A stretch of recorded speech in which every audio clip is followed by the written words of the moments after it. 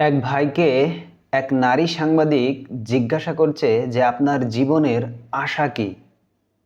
তখন সেই ভাই বলছে আমি মদিনায় যাব, মদিনায় যেতে চাই। তারপর সেই নারী সাংবাদিক তাকে পাল্টা প্রশ্ন করছে, মদিনায় যে আপনি সর্বপ্রথম কি দোয়া করবেন?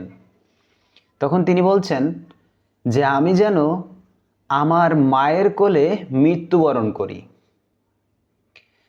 পৃথিবীতে সব থেকে ভালো লাগার ভালো জায়গা হচ্ছে মায়ের কোল।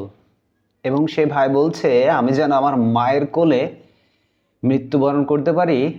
এর থেকে শান্তি আসলে, এইরকম শান্তির মৃত্যু হয়তো আর কিছুতেই হবে না, সেটাই সে চিন্তা করেছে এবং এটাই সঠিক আমার মনে হয়।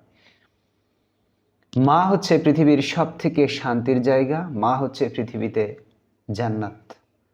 যাদের আছে জান্নাতটাকে যত্ন করে রাখুন, হারালে কিন্তু এ জান্নাত আর পাওয়া যাবে না।